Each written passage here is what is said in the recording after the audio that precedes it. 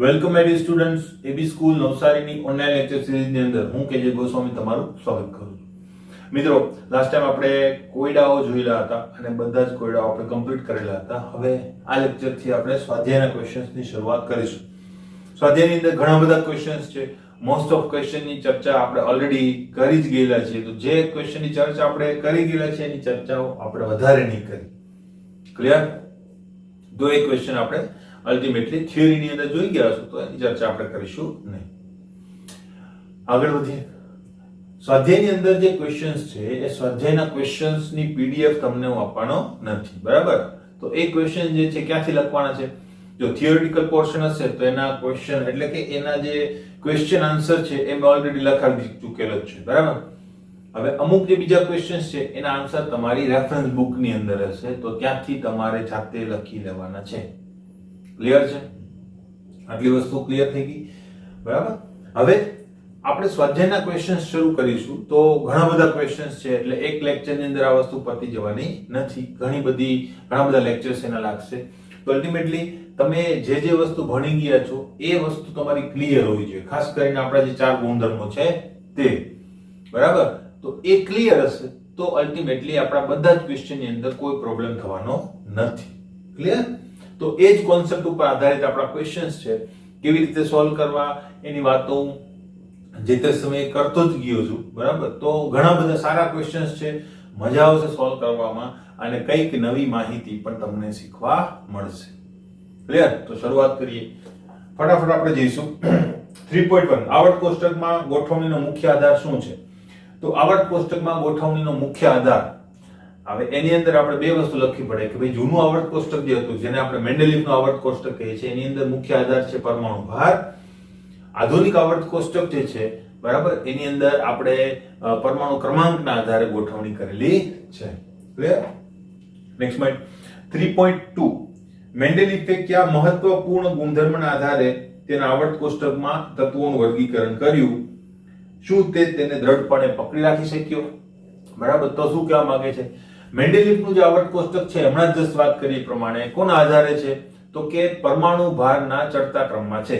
ત્યાં તમારે મેન્ડેલિફનો આવર્ત નિયમ પણ લખી શકો કે મેન્ડેલિફનો આવર્ત નિયમ શું છે? તો કે તત્વોના ગુણધર્મો જે છે એ તેના પરમાણુ ભારને આવર્તનીય હોય છે। આ નિયમના આધારે મેન્ડેલિફે પરમાણુ ભારના ચડતા ક્રમમાં ગોઠવણી કરી અને આવર્ત કોષ્ટકની રચના કરી। ક્લિયર? પરંતુ શું તે તેને દ્રઢપણે પકડી રાખી શક્યો? તો આપણે જોયું કે મેન્ડેલિફના આવર્ત કોષ્ટકની અંદર ઘણા બધા સ્થાનો એવા હતા કે જ્યાં મેન્ડેલિફે બ્રેવ ડિસિઝન લીધેલું હતું, ત્યાં ખરેખર પરમાણુ ભારના ચડતા ક્રમમાં જે તત્વ આવવું જોઈએ તેના બદલે તેણે ગુણધર્મોને વધારે મહત્વ આપી અને તત્વના સ્થાન બદલાવેલા હતા। એનો મતલબ કે તે દ્રઢપણે એ સિદ્ધાંતને વળગી રહેલો હતો નહીં। ક્લિયર? આ રીતે તમારો આન્સર હશે, આન્સર તમારી રેફરન્સ બુકમાં હશે, જોઈ શકશો તમે। ક્લિયર? યસ। બીજી એક વાત પણ તમને કહી દઉં, રેફરન્સ બુકમાંથી તમે આન્સર લખો તો પાછળ હેતુલક્ષી ક્વેશ્ચન્સ આપેલા છે, બધા ક્વેશ્ચનના જવાબો ત્યાં જ હશે એવું નથી। ઘણા બધા ક્વેશ્ચન્સ એવા છે, માનો કે આયનીકરણ એન્થાલ્પી હોય તો આયનીકરણ એન્થાલ્પી કમ્પ્લીટ થઈ જાય ત્યાર પછી સ્વાધ્યાયના ક્વેશ્ચન્સ ત્યાં આપેલા હશે। સ્વાધ્યાયના ક્વેશ્ચન્સ હશે એની આગળ ફૂદડી કરેલી હશે, બરાબર? સ્ટાર કરેલો છે, ફૂદડી કરેલી હશે, તો એ ફૂદડી ઉપરથી તમે એને ઓળખી શકશો અને મેચ કરી અને એક ક્વેશ્ચન તમારે ત્યાં લખવાનો થશે। ક્લિયર? એટલે શોધાશોધ નહીં કરતા અથવા તો આ ક્વેશ્ચનનો જવાબ આમાં નથી એવું કંઈ નહીં, બધા ક્વેશ્ચનના જવાબો એની અંદર તમને જોવા મળશે। ક્લિયર? નેક્સ્ટ પોઈન્ટ 3.3 મેન્ડેલિફના આવર્ત નિયમ અને આધુનિક આવર્ત નિયમમાં પાયાનો તફાવત શું છે? મેન્ડેલિફના આવર્ત નિયમની અંદર પરમાણુ ભાર અગત્યનો ગુણધર્મ થશે, જ્યારે આધુનિક આવર્ત કોષ્ટકની અંદર પરમાણુ ક્રમાંક મહત્વનો ગુણધર્મ થાય છે। તો જોઈ ગયા છે આપણે। 3.4 ક્વોન્ટમ આંકના આધારે સાબિત કરો કે આવર્ત કોષ્ટકના છઠ્ઠા આવર્ત અને 32 માં 32 તત્વો હોવા જોઈએ। આની આપણે ઘણી બધી વાર ચર્ચા કરી ચૂક્યા છીએ। 3.4 બરાબર? આવર્ત નંબર 6 તો એની અંદર એમ કહેવા માંગે છે કે સાબિત કરો કે 32 તત્વો હોવા જોઈએ, તો આ ક્વેશ્ચન મેં કરાવેલો છે ઓલરેડી। છઠ્ઠું આવર્ત એનો મતલબ હાઈએસ્ટ ક્વોન્ટમ આંક શું હશે? 6। તો એ ક્વોન્ટમ આંક કોને મળશે? એસ કક્ષકને મળશે, બરાબર? તો આપણે કહી શકીએ કે છઠ્ઠા આવર્તમાં આવી રીતે લખવાનું, જો કે તમારી રેફરન્સ બુકમાં લખેલું છે, બરાબર? તમારે લખવાનું છઠ્ઠા આવર્તની અંદર કઈ કક્ષકો ભરાય છે? તો કે 6s ભરાશે, 4f ભરાશે, 5d ભરાશે અને ત્યાર પછી 6p ભરાશે. ક્લિયર? આટલી કક્ષકો ભરાતી હોય છે. આ કક્ષકોની અંદર સમાતા ઇલેક્ટ્રોનનો જો આપણે સરવાળો કરીએ તો એ સરવાળો જે છે એ થાય છે 32. એનો મતલબ કરી જોજો, બરાબર? 14 ને 2 16 ને 10 26 ને 6 32. તો અલ્ટિમેટલી 32 થાય છે.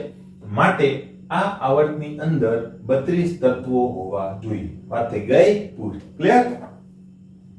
નેક્સ્ટ પોઈન્ટ લઈએ આપણે. આવર્ત અને સમૂહની દ્રષ્ટિએ z = 114 વાળા તત્વોનું સ્થાન આવર્ત કોષ્ટકમાં કઈ જગ્યાએ છે? તો આવા ક્વેશ્ચન પણ આપણે કરેલા છે. 3.5 z = 114. ઘણી બધી રીતે તમે એનો આન્સર આપી શકો, બરાબર? અલ્ટિમેટલી એમસીક્યુ માં પૂછાવા યોગ્ય આ સવાલ વધારે થશે, ડિસ્ક્રિપ્ટિવ ક્વેશ્ચન માં પૂછાતો નથી. એક માર્કનો ક્વેશ્ચન થાય, બરાબર? વધારે એનું વેટેજ નથી હોતું. તો 114 વાળું આ વસ્તુ શોધવી હોય તો એના ઘણા બધા રસ્તાઓ છે. પહેલો રસ્તો કે કાં તમે ઇલેક્ટ્રોન રચના લખો અને ઇલેક્ટ્રોન રચનાના આધારે s કક્ષક અને p કક્ષકનો જે ક્વોન્ટમ આંક છે તમારો આવર્ત બનશે અને p કક્ષક કે s કક્ષક કે જે વિભાગનું તત્વ હોય તેના આધારે તમે સમૂહની ગણતરી કરી શકો. દાખલા તરીકે, બરાબર, તમે લખી શકો કે ભાઈ આ જે તત્વ છે કોઈ બી, એની ઇલેક્ટ્રોન રચના શું થશે? તો z = 114 જો તમે લો તેની ઇલેક્ટ્રોન રચના શું થાય? ઇલેક્ટ્રોન રચના લખતા હવે આવડી જવી જોઈએ. મેં એની ટ્રિક પણ કીધેલી છે, બરાબર? તો નિષ્ક્રિય વાયુ કયો આવશે? રેડોન. બરાબર? કારણ કે આનથી તો હવે કોઈ છે નહીં, ઓર્ગેનાઇઝેશન છે, બરાબર, કે જે 118 છે. હવે પછી કોણ આવશે? રેડોનનો નંબર કેટલામો છે? He, Ne, Ar, Kr, Xe, Rr. 6 number છે. તો અહીંયા કયું આવર્ત હશે આ વસ્તુનો? 7મો આવર્ત હશે કે નહીં? તો 7s. 7 માં કઈ f કક્ષક હશે? તો 7 માંથી 2 બાદ કરો, કેટલા થશે આપણી પાસે? 5f હશે, પછી 6d હશે અને 7p હશે. જરૂર હશે તો લખીશું, નહીં તો કઈ નહીં, બરાબર? હવે તમે આની અંદર ઇલેક્ટ્રોન ગોઠવતા જાઓ, 114 કરી દો એટલે તમારું કામ પતી જાય, બરાબર? રેડોન કેટલા છે? 86, બરાબર? તો 86 અને 2 88, 88 ને 4 92, 92 ને 10 કેટલા થશે? 102, બરાબર છે? 88 ને 4 92, 92 ને 10 102, એટલે 102 અહીંયા થઈ ગયા. 102 અને 10 કેટલા થશે? 102 અને 10 કેટલા? 112. આપણે કેટલા કરવાના છે? 114, સોરી મેં 44 લખી નાખ્યા છે. 114 તો 2 આમાં મૂકી દો, કામ થઈ ગયું પૂરું. ક્લિયર? આપણી ઇલેક્ટ્રોન રચના બની ગઈ. તો હવે તમે શું કહી શકો? માટે આવર્ત કયો હશે? s કક્ષકનો ક્વોન્ટમ આંક તો 7. ક્લિયર? સમૂહ કયો હશે? તો એ શોધવાનું મેં તમને કીધું હતું. p વિભાગ, એની અંદર બીજો નંબર. તો p વિભાગ જે છે, એક તો વસ્તુ ખબર પડી ગઈ કે p વિભાગ છે. p વિભાગની અંદર કેટલા સમૂહો હોય? તો કે 13 થી લઈને 18 સુધી. તો એની અંદર p1 અને p2, એનો મતલબ 13 અને 14 માં સમૂહની અંદર હશે. ક્લિયર? બરાબર? તો એક તો આ રીત થઈ ગઈ, લેન્ધી રીત, બરાબર? શોર્ટ રીત શું છે? તો તમે જો નિષ્ક્રિય વાયુ, બરાબર, કયો લાગશે? 86. નજીકનો નિષ્ક્રિય વાયુ 114 પાસે કોણ હોય? 118. આપણને માનો કે એનું નામ નથી ખબર, ઓજી છે, અલ્ટિમેટલી આપણને નામ નથી ખબર. તો 118 તો ખબર હોય કે નહીં? એ તો કીધેલું છે મેં. તો નિષ્ક્રિય વાયુ 118 છે, તો આપણે ક્યાં સુધી જવાનું છે? 114 સુધી, બરાબર? તો 114 સુધી આપણે જો આવીએ તો 117, 116, આ હાથ ઉપર પણ ગણતરી થઈ છે, બરાબર? 116, પછી 115 અને 114. ક્લિયર? તો આ કેટલામો સમૂહ હશે? 18. આ કેટલામો સમૂહ હશે? 17. કેટલામો સમૂહ હશે? 16. કેટલામો સમૂહ હશે? 15. કેટલામો સમૂહ હશે? 14. ક્લિયર? તો આવી રીતે પણ ગણતરી થઈ જાય, ખાલી તમારે એક પણ અક્ષર લખ્યા વગર. તો બંને રીત તમે એપ્લાય કરી શકો, બરાબર? બંને રીત સારી છે અને બંને રીત ફૂલ પ્રૂફ છે, કોઈ પ્રોબ્લેમ થશે નહીં. ક્લિયર? આની માટે થોડી પ્રેક્ટિસની જરૂર પડે. નેક્સ્ટ પોઈન્ટ ઉપર જતા પહેલા આપણે આ કાઢી નાખીએ.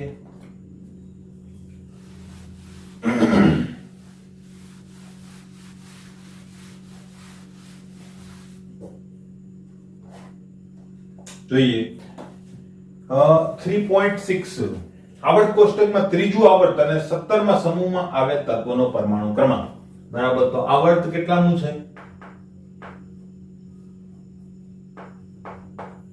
આવર્ત નંબર 3 અને સમૂહ નંબર કેટલામો છે 17. બરાબર. તો જેમ ગણતરી કરવી એમ કરી શકો. બરાબર. અલ્ટિમેટલી તમે ડાયરેક્ટ ગણતરી પણ કરી શકો. આવર્ત પહેલા આપણે જોઈ લઈએ. બરાબર. સમૂહ 17 પહેલા સાદી રીત જોઈ લો. બરાબર. રીત નંબર 1 શું છે? રીત નંબર 1 શું છે? આવર્ત 3 એનો મતલબ s કક્ષક કઈ હશે? 3s. ક્લિયર? બરાબર. સમૂહ 17 ક્યાં હોય? p વિભાગની અંદર. p વિભાગની અંદર 17 માં સમૂહની સામાન્ય ઇલેક્ટ્રોન રચના શું થશે? તો કે 13 14 15 16 17. p વિભાગમાં પાંચમો સમૂહ p1 p2 p3 p4 અને p5. ક્લિયર? તો p5 રચના હશે. તો 17 માં સમૂહ ઉપરથી મને ખબર પડી કે p5 છે. હવે અહીંયાથી મને ખબર પડી કે આ p કયું હશે? કારણ કે બેનો ક્વોન્ટમ આંક તો સમાન હોય છે. અહીંયા સુધી ઇલેક્ટ્રોન આવ્યા તો આને મૂકીને થોડા આવવાના હતા. ક્લિયર? અને 3 નંબર ક્વોન્ટમ આંક છે તો અહીંયા નિષ્ક્રિય વાયુ કેટલામાં નંબરનો હશે? બીજા નંબરનો. બસ તો થઈ ગયું. મારી પાસે પરમાણુ ક્રમાંક કેટલો હશે? 10 11 12 12 ને 5 17. ક્લિયર? બરાબર. 17 પરમાણુ ક્રમાંક છે. મળી ગયું. બીજી રીત આપણી નિષ્ક્રિય વાયુના રેફરન્સ વાળી રીત છે. બરાબર. ત્રીજું આવર્ત એનો મતલબ ત્રીજું તત્વ He Ne અને He Ne Ar. Ar કેટલો છે? 18. આ કેટલામો સમૂહ છે? 18. એની બાજુમાં કોણ હોય? તો આની બાજુમાં જે હોય એનો ક્વોન્ટમ આંક આના કરતા એક ઓછો હોય તો ત્યાં કોણ છે? ક્લોરીન 17. થઈ ગયો વાત પૂરી. કોઈ પણ પ્રકારની ડિફિકલ્ટી વગર. ખાલી એક રેફરન્સ રહેવાનો નિષ્ક્રિય વાયુનો. ક્લિયર? હમણાં જસ્ટ જે દાખલો કર્યો તો એ પણ નિષ્ક્રિય વાયુના રેફરન્સમાં હતો અને આ પણ નિષ્ક્રિય વાયુના રેફરન્સમાં છે. બરાબર. તો થોડી પ્રેક્ટિસ કરો. બરાબર. ફટાફટ તમારા આન્સર આવે અને તમે જવાબ આપી શકો. ક્લિયર? નેક્સ્ટ ઉપર જઈએ. નેક્સ્ટ છે આપણી પાસે 3.7. કયા તત્વનું નામ નીચે દર્શાવેલા નીચે જણાવેલા દ્વારા આપવામાં આવ્યું છે? ડેટાબેઝનો ક્વેશ્ચન છે. Lawrence Berkeley laboratory. તો લોરેન્ઝિયમ 104 નંબરનું તત્વ છે. બરાબર.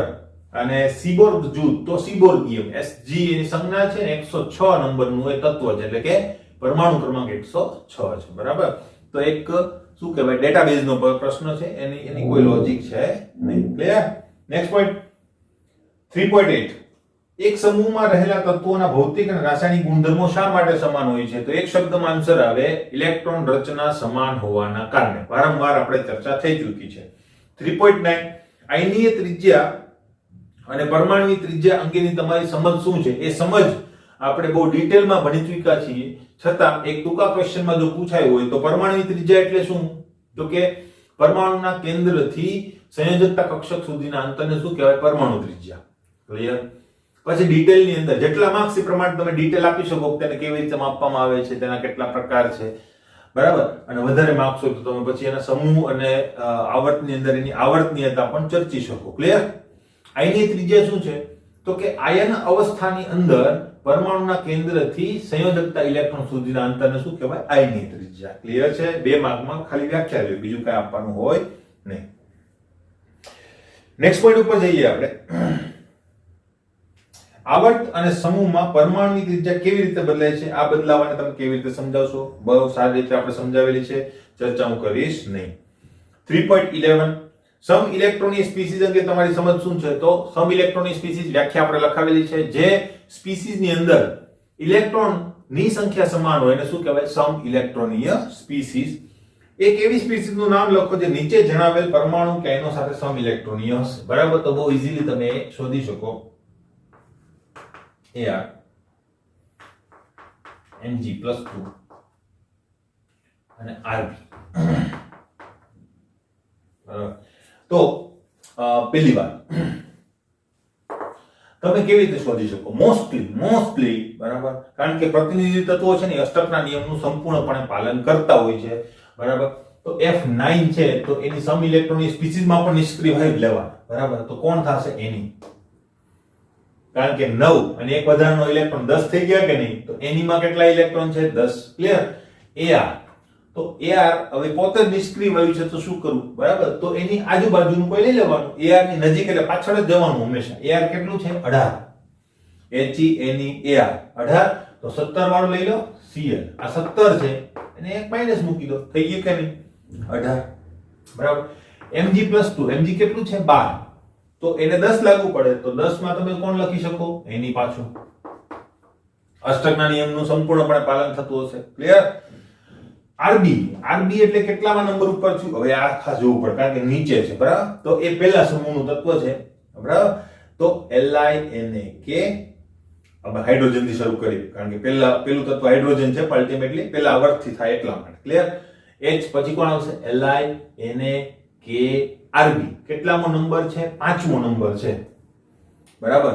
5મા નંબર ઉપર કયો નિષ્ક્રિય વાયુ આવશે? 5મા નંબર ઉપર HeNeArKr અને Xc, બરાબર? તો Xc તો 54 થાય, પણ અષ્ટકનો નિયમ જો પાલન કરે તો Rb કોના જેવું વલણ ધરાવશે? પાછળના તત્વ જેવું. ફરીથી કહી દઉં તમે જો, બરાબર? કોણ કોણ છે? હાઇડ્રોજન, બરાબર? આપણે લઈ લઈએ પહેલું આવર્ત છે એટલા માટે. H પછી કોણ આવે? આપણે ખરેખર શરૂ અહીંથી થાય, બરાબર? LiNaK અને Rb. ક્લિયર? હવે Li છે એની પરમાણુ ક્રમાંક તમને ખબર છે 3. Rb નો પરમાણુ ક્રમાંક મને નથી ખબર, મારી યાદ પણ નથી રાખવો. ક્લિયર? બરાબર છે? એ પણ તમે કહી શકો આરામથી, કોઈ પ્રોબ્લેમ નથી, બરાબર? હવે એની સામે નિષ્ક્રિય વાયુ આ પહેલો સમૂહ છે. 18મો સમૂહ કયો હશે? તો આપણને ખબર છે HeNeAr Kr અને Xc. ખબર પડી મેં કેમ કે Xc કીધું, બરાબર? પણ માનો કે સોડિયમ છે, સોડિયમ 11, બરાબર? તો એ અષ્ટકના નિયમનું પાલન કરે તો કોના જેવું બનવાનું વલણ ધરાવે? Na+ બને, બરાબર? તો એ કોના જેવું બનવાનું વલણ ધરાવે? એની Rb+2 લખ્યું છે, એ ભૂલ છે. ક્લિયર? K+ બને તો કોના જેવું વલણ ધરાવે છે? Ar જેવું વલણ ધરાવે છે. ક્લિયર? એક વસ્તુ ખબર પડી. હવે એક ભૂલ છે અહીંયા મિત્રો, અહીંયા છે ને Rb+2 ના હોવું જોઈએ. જો કે એની સ્પીસીસ બનાવી શકો, કોઈ ઇશ્યુ નથી, બરાબર? પણ Rb+2 ના હોવું જોઈએ કારણ કે પ્રથમ સમૂહનું તત્વ એ +1 અવસ્થા જ ધરાવે.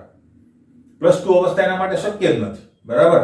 એ વાત પહેલા પણ થઈ ગઈ છે આપણે. એટલે Rb શું હશે? +1 હશે, બરાબર? પહેલા તો એનું નામ યાદ હોવું જોઈએ કે આ સમૂહમાં છે. LiNaK RbCSFr, બરાબર? તો Rb ક્લિયર? +1 જ હોય એટલે ત્યાં સેજ સુધારો હશે, +1 હોવું જોઈએ. અને +1 હોય તો એ કોના જેવું વલણ ધરાવે? Kr જેવું. ક્લિયર? એટલે Rb માટે જે સમ ઇલેક્ટ્રોનીય સ્પીસીસ હશે એ કોણ હશે? Kr, બરાબર? હવે Kr શું થશે? 36.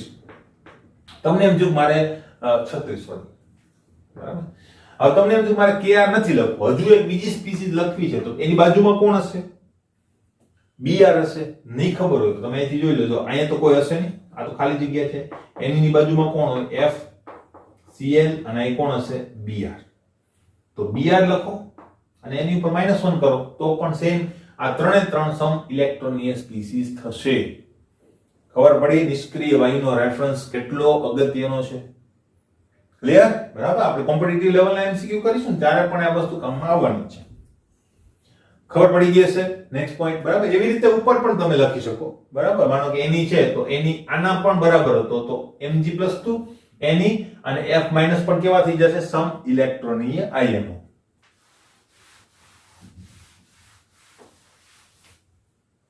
Next point 3.12. નીચે જણાવેલ સ્પીસીસ અંગે વિચાર કરો. તો વિચાર કરી લીધો, બરાબર? તેઓમાં શું સામ્યતા છે?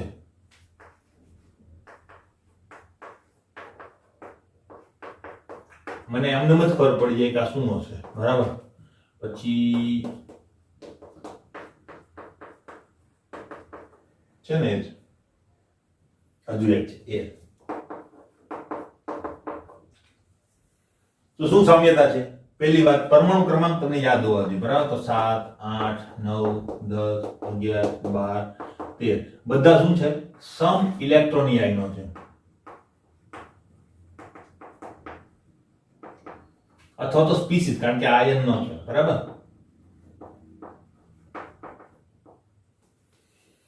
એક વસ્તુ ક્લિયર. હવે બીજી વાત શું કહે છે, તેઓને આયનીય ત્રિજ્યાના ચડતા ક્રમમાં ગોઠવો. તો આયનીય ત્રિજ્યાના ચડતા ક્રમમાં જો ગોઠવીએ તો મેં તમને કીધું છે જેનો ધન વીજભાર વધારે એ સૌથી નાનું, જેનો ઋણ વીજભાર વધારે તે સૌથી મોટું. ક્લિયર. તો પહેલી વાત કે અહીંથી આપણે ડિવાઈડ કરી દઈશું, આ સૌથી નાના, આ સૌથી મોટા. ક્લિયર. હવે આ ત્રણમાં સૌથી નાનું કોણ હશે? એલ્યુમિનિયમ, પછી Mg, પછી Na. તો અહીંયા થઈ ગયું Na + Mg + 2 અને Al + 3. કેમ? અસરકારક કેન્દ્રીય ધન વીજભાર વધુ છે. અહીંયા શું થશે? આ સૌથી મોટું, પછી નાનું, પછી નાનું. બરાબર. તો અલ્ટિમેટલી F - O - 2 અને N - 3. ક્લિયર. તો આ શું થઈ ગયું તમારો ક્રમ. નેક્સ્ટ પોઈન્ટ ઉપર જઈએ. 3.13 ધન આયનની ત્રિજ્યા તેના જનક પરમાણુ ત્રિજ્યા કરતા નાની હોય છે. ઋણ આયનની ત્રિજ્યા તેના જનક પરમાણુ કરતા શા માટે મોટી હોય છે? બરાબર. કારણ મેં લખાવીને આપેલું છે, તમને કોઈ ઇશ્યુ નથી.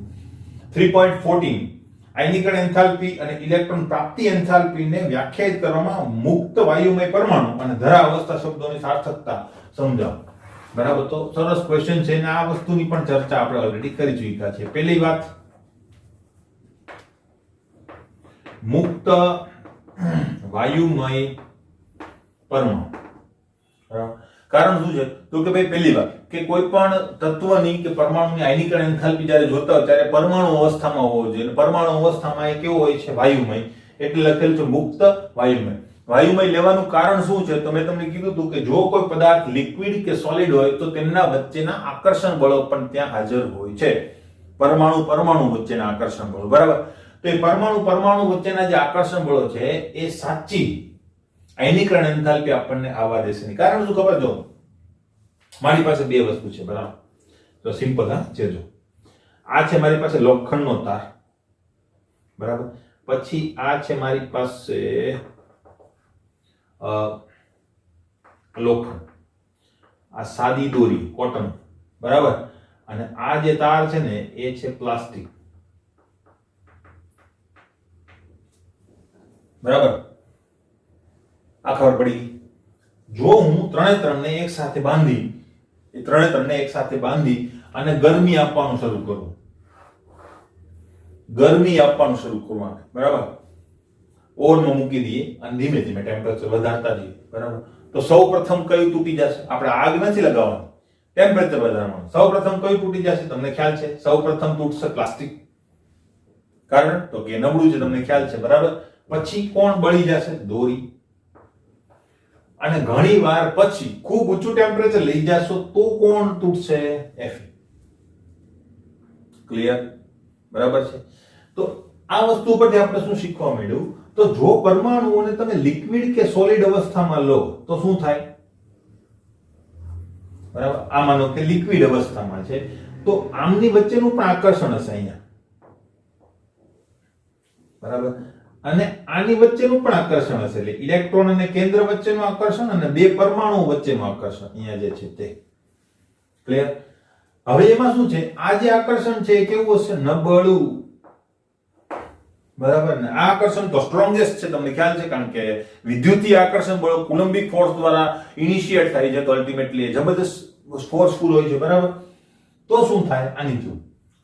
પહેલું તમે એનર્જી આપશો તો પહેલું કયું બળ તૂટવા માંડશે? આ. ક્લિયર? જેમાં અહીંયા નબળું બળ તૂટતું હતું તે. આને કઈ નહીં થાય. ગરમ તો થશે પણ એને કઈ નહીં થાય. બરાબર. અને પછી કયું તૂટશે? ઘણીવાર પછી. બરાબર. તો અલ્ટિમેટલી તમને આ વસ્તુ તો દેખાય છે કે હવે પ્લાસ્ટિક તૂટી ગયું, હવે દોરી તૂટી ગઈ. અહીંયા તો બધું મિક્સચર છે. ખબર પડી? એક જ મિક્સચર છે. તો શું થાય? તો અલ્ટિમેટલી માનો કે આ ત્રણે સાથે ભેગા કરી દો. બરાબર. અને તમે એને ખેંચીને તોડવાની કોશિશ કરો તો પહેલા તો આ તૂટવાનું છે, પછી આ તૂટવાનું છે, પછી આ તૂટવાનું છે. પણ તમે જે ફોર્સ લગાવો છો એ ત્રણેયનું શું થશે? સરવાળો. ત્રણેયનો સરવાળો થશે. ભલે આના બળ ઓછા હશે પણ આના સ્ટ્રેન્થમાં તો સરવાળો થશે કે નહીં? તો ત્રણેયને ભેગા કરીને તમે તોડો અને એક આ લોખંડની દોરી તોડો તો બંનેની અંદર વાસ્ટ ડિફરન્સ હશે. કારણ કે આ બેયનું ફોર્સ પછી ઓછું થઈ જશે. કારણ કે તમે સિંગલ લોખંડની તાર જે છે તોડો છો. બરાબર. તો અલ્ટિમેટલી આ ડિસ્ટર્બન્સ થયું. બરાબર. એટલે તમે એનર્જી આપી, એ એનર્જી આપણે કઈ કેલ્ક્યુલેટ કરવાની છે કે ઇલેક્ટ્રોન દૂર કરવા માટે કેટલી એનર્જી આપવી પડે તે. પણ જો તમે લિક્વિડ અવસ્થાની અંદર એ વસ્તુ કરવા જાઓ તો તમારી એનર્જી શેમાં વપરાય છે? લિક્વિડને વાયુ સ્વરૂપમાં ફેરવા માટે, એટલે કે આ આકર્ષણ બળ તોડવા માટે, જે તમને ખબર નથી. ક્લિયર?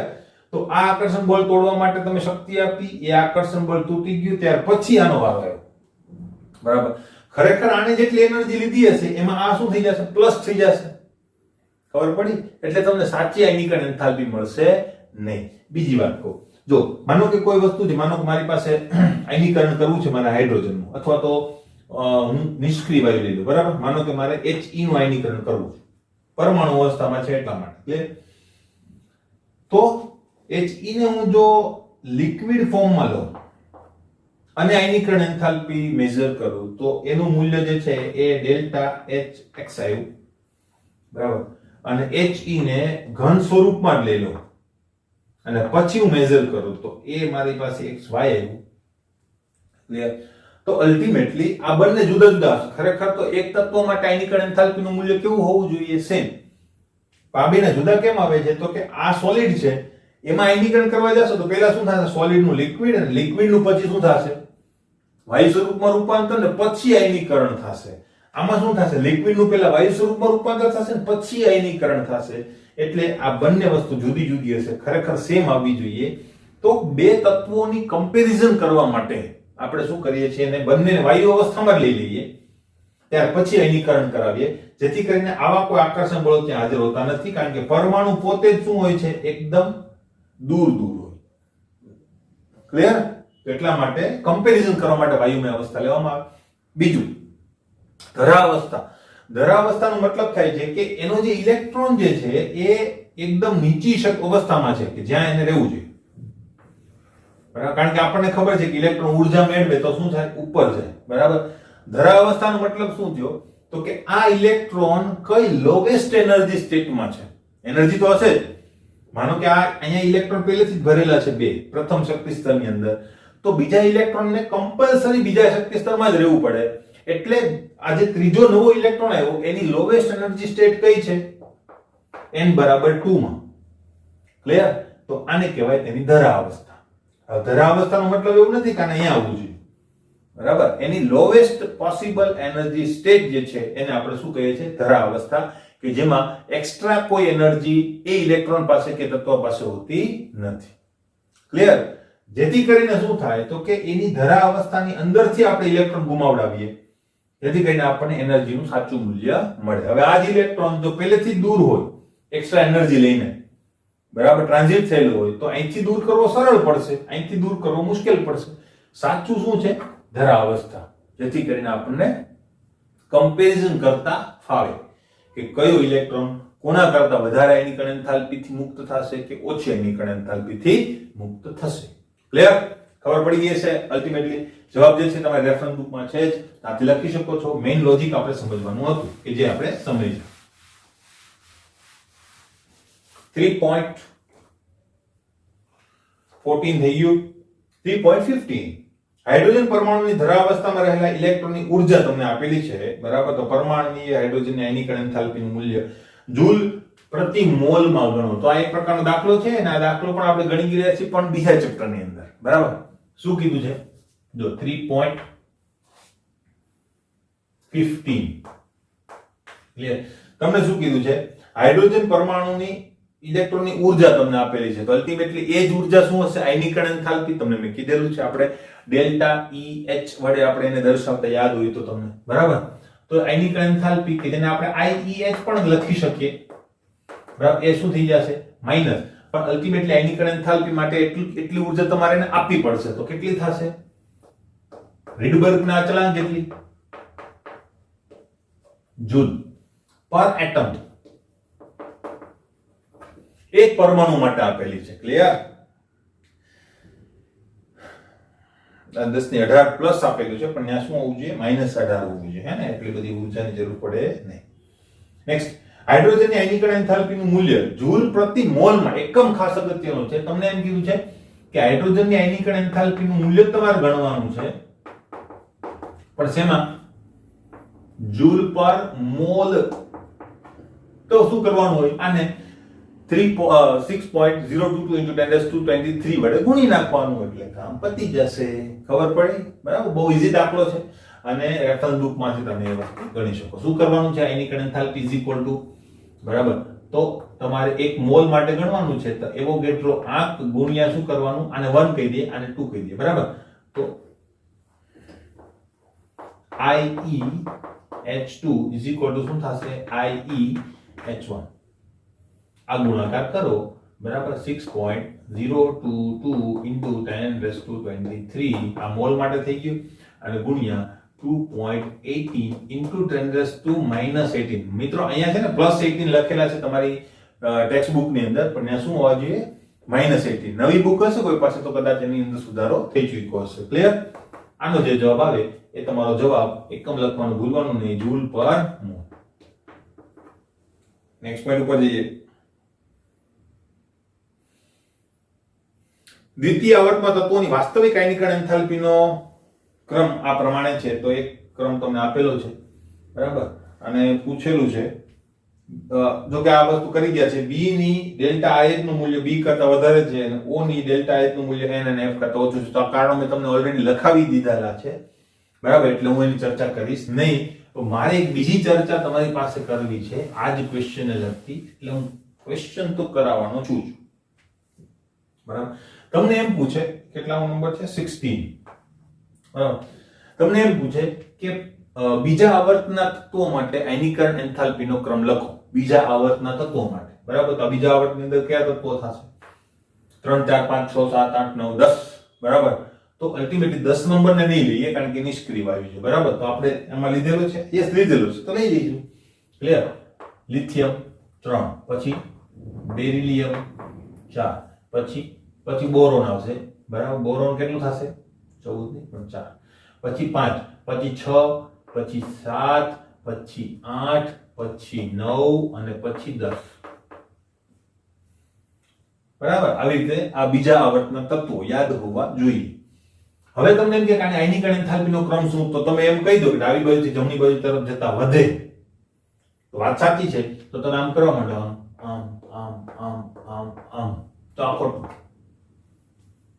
ક્લિયર? આની વાત પહેલા પણ કરેલી છે. અલ્ટિમેટલી આ મોસ્ટ આઈએમપી ક્વેશ્ચન છે જે લોકો નીટની પ્રિપરેશન કરે છે એ લોકો માટે તો ઘણી બધી વાર પૂછાઈ ગયેલો છે, બરાબર. તો ખાસ ધ્યાન રાખવાનું છે. જોજો, પહેલી વાત શું કરવું?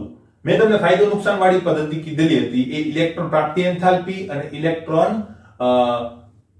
પ્રાપ્તિ એન્થાલ્પી અને આયનીકરણ એન્થાલ્પી બંનેમાં લાગુ પડશે. તો બધા માટેની તમારી ઇલેક્ટ્રોન રચના લખવાની. આની ઇલેક્ટ્રોન રચના શું હશે? સિમ્પલ લખવાની, બરાબર.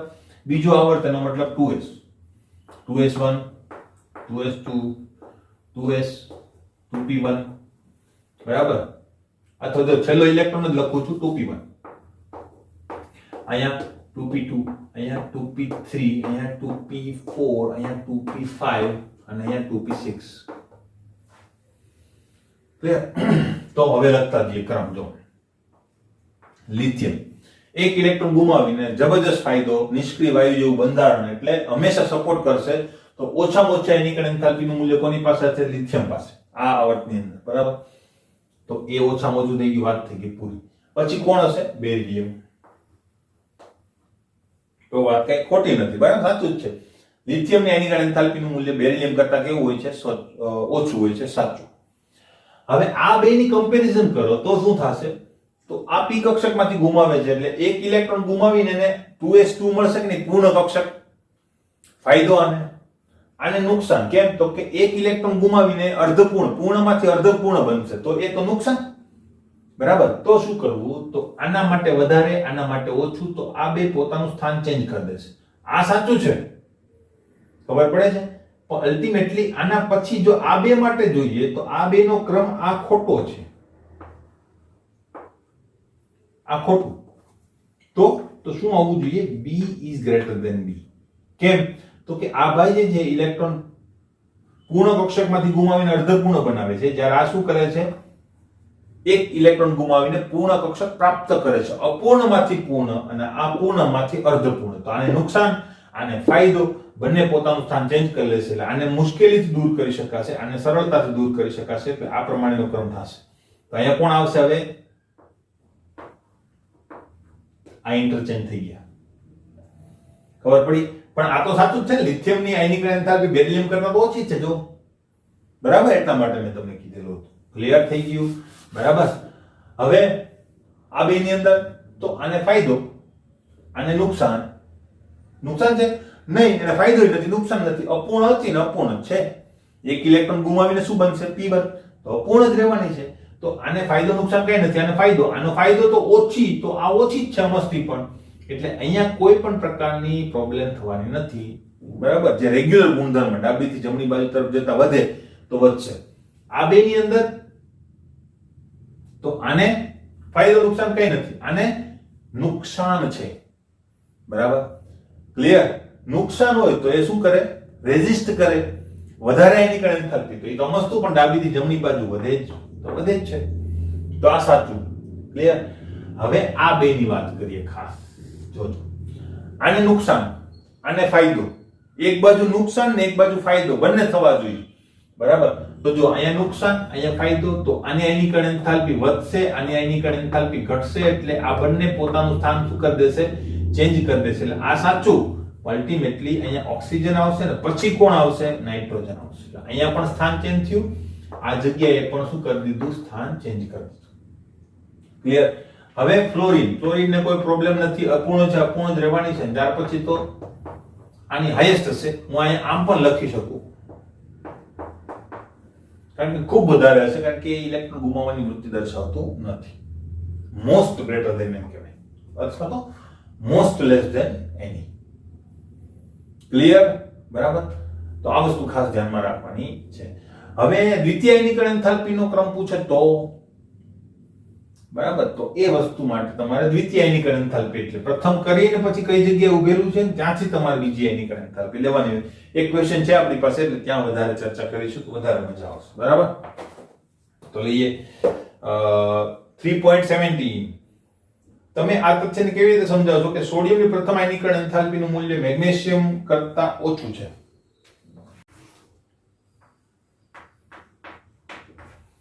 બરાબર. સમજાવો કે સોડિયમની પ્રથમ આયનીકરણ એન્થાલ્પીનું મૂલ્ય મેગ્નેશિયમ કરતા કેવું છે? ઓછું. Delta IH1. અને બીજું કીધું છે પરંતુ સોડિયમની દ્વિતીય આયનીકરણ એન્થાલ્પીનું મૂલ્ય વધારે છે Mg કરતા. ક્લિયર? તો આવી ગયો પ્રશ્ન. મેં તમને કીધું તે પ્રમાણે કેવી રીતે આન્સર આપીશું જોજો.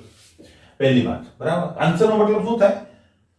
તમારે આન્સર તો રેગ્યુલર રીતે જ આપવાનો છે. બરાબર. પણ આપણે તો લોજિક, કારણ કે આ MCQ માં ખાસ પૂછાય છે. તો જોજો, Na અને Mg. જો પ્રથમ આયનીકરણની વાત કરીએ તો આ જે છે ઇલેક્ટ્રોન ક્યાંથી ગુમાવશે? તો કે ત્રીજો આવર્ત, બરાબર, 3s1 માંથી. આ ક્યાંથી ગુમાવશે? 3s2 માંથી. ક્લિયર? આને શું ફાયદો? તો કે એક ઇલેક્ટ્રોન ગુમાવીને સમૃદ્ધ કોષ રચના કે જે મોસ્ટ પ્રોબેબલ છે, બરાબર, એ પ્રાપ્ત કરે તો બહુ ઈઝીલી ઇલેક્ટ્રોન ગુમાવી દેશે. અને આને નુકસાન છે, જો બે ઇલેક્ટ્રોન એટલે કે પૂર્ણ કક્ષકમાંથી શું બને છે? અર્ધપૂર્ણ. તો આને નુકસાન, આને ખૂબ જ ફાયદો. એટલા માટે ડેલ્ટા IH ના મૂલ્યની અંદર શું થશે? તો કે I નું મૂલ્ય ઓછું હશે અને Mg નું મૂલ્ય કેવું હશે? વધારે. શું લખશો? તો કે સોડિયમ જે છે એ 3s1 એટલે કે એક ઇલેક્ટ્રોન ગુમાવી નિષ્ક્રિય વાયુ જેવી રચના પ્રાપ્ત કરે છે. માટે સોડિયમની આયનીકરણ એન્થાલ્પીનું મૂલ્ય કેવું હોય છે? ખૂબ ઓછું હોય છે. જ્યારે મેગ્નેશિયમ જે છે એક ઇલેક્ટ્રોન ગુમાવી અને સ્થાયી ઇલેક્ટ્રોન રચના પ્રાપ્ત કરતું નથી, માટે વધારે હોય છે. ક્લિયર? હવે આ બંને ઇલેક્ટ્રોન ગુમાવી અને શું થઈ ગયા? 3s0. હવે આની નિષ્ક્રિય વાયુ આવશે He, સોરી Ne, બરાબર. અને અહીંયા તો 3s1 થશે. બરાબર. હવે જોજો, દ્વિતીય આયનીકરણ એન્થાલ્પી વખતે આ પરિસ્થિતિ છે ડેલ્ટા IH2 વખતે. તો હવે ઇલેક્ટ્રોન ક્યાંથી ગુમાવાય છે? નિષ્ક્રિય વાયુમાંથી. અહીંયા ઇલેક્ટ્રોન ગુમાવીને શું બની જાય છે? નિષ્ક્રિય વાયુ બનશે. બરાબર. તો આને ખૂબ જ ફાયદો, આને મહા નુકસાન, કારણ કે સમૃદ્ધ કોષ રચનામાંથી અપૂર્ણ કોષ રચના પ્રાપ્ત થાય છે. મહા નુકસાન. આ ઇલેક્ટ્રોન તો ગુમાવાતો જ નથી, ખૂબ ફોર્સફુલી આપણે ગુમાવડાવવો પડે. એટલા માટે દ્વિતીય આયનીકરણ એન્થાલ્પી વખતે શું થાય છે? તો કે સોડિયમની એન્થાલ્પીનું મૂલ્ય ખૂબ જ વધારે હોય છે, જ્યારે Mg ની કેવું હોય છે? ઓછું હોય છે. શું લખશો અહીંયા? દ્વિતીય આયનીકરણ વખતે સોડિયમ જે છે એ સમૃદ્ધ કોષ રચનામાંથી ઇલેક્ટ્રોન ગુમાવે છે. સમૃદ્ધ કોષ રચના ખૂબ જ સ્થાયી હોવાના કારણે જલ્દીથી ઇલેક્ટ્રોન ગુમાવાતો નથી. જ્યારે Mg એક ઇલેક્ટ્રોન ગુમાવી અને દ્વિતીય આયનીકરણ કરી અને શું થાય છે, નિષ્ક્રિય વાયુ જેવી રચના પ્રાપ્ત કરે છે, જે ખૂબ જ સ્થાયી રચના છે. માટે Mg ની આયનીકરણ એન્થાલ્પીનું મૂલ્ય ઓછું, સોડિયમની આયનીકરણ એન્થાલ્પીનું મૂલ્ય કેવું હોય છે, દ્વિતીય આયનીકરણ એન્થાલ્પીનું મૂલ્ય ખૂબ જ વધુ જોવા મળે છે. પૂર્ણ અપૂર્ણ કક્ષકનો ક્રમ અને કોન્સેપ્ટ લાગુ પડી ગયો કે નહીં? બરાબર. તો આ કોન્સેપ્ટ જે છે એ રામબાણ ઇલાજ છે આયનીકરણ એન્થાલ્પી અને ઇલેક્ટ્રોન પ્રાપ્તિ એન્થાલ્પી માટે. ક્લિયર? બરાબર. નેક્સ્ટ પોઈન્ટ ઉપર જઈએ. સમૂહમાં ઉપરથી નીચે તરફ જઈએ તેમ મુખ્ય સમૂહના તત્વોમાં આયનીકરણ એન્થાલ્પીનું મૂલ્ય કયા પરિબળોના કારણે વધે છે? તો ઉપરથી નીચે તરફ જતા મુખ્ય ક્વોન્ટમ આંક વધે છે. મુખ્ય ક્વોન્ટમ આંક વધવાના કારણે નવા નવા શક્તિ સ્તરો ઉમેરાતા જાય છે, જેના કારણે કેન્દ્રથી સંયોજકતા ઇલેક્ટ્રોનનું અંતર વધે છે. એક કારણ. બીજું, સંયોજકતા ઇલેક્ટ્રોન અને કેન્દ્ર વચ્ચે નવી પૂર્ણ ભરાયેલી કક્ષાઓ આવવાના કારણે શું થાય, સ્ક્રીનિંગ અસર વધે છે. અને સ્ક્રીનિંગ અસરના કારણે કેન્દ્રનું આકર્ષણ બળ ઇલેક્ટ્રોન ઉપર ઘટે છે. માટે પરમાણુીય આયનીકરણ એન્થાલ્પીનું મૂલ્ય શું થતું જાય છે, ઓછું થતું જાય છે. એટલે બે પરિબળો છે, મુખ્ય ક્વોન્ટમ આંકનો વધારો અને સ્ક્રીનિંગ અસર. ક્લિયર? અને મુખ્ય ક્વોન્ટમ આંકનો વધારો છે ને, બીજી રીતે પણ તમને કહી શકીએ, પરમાણુના કદ વધે છે. બરાબર? તે બે સેમ વસ્તુ જ થઈ ગઈ. ક્લિયર? 3.19 3.19 હવે કરીએ. બરાબર?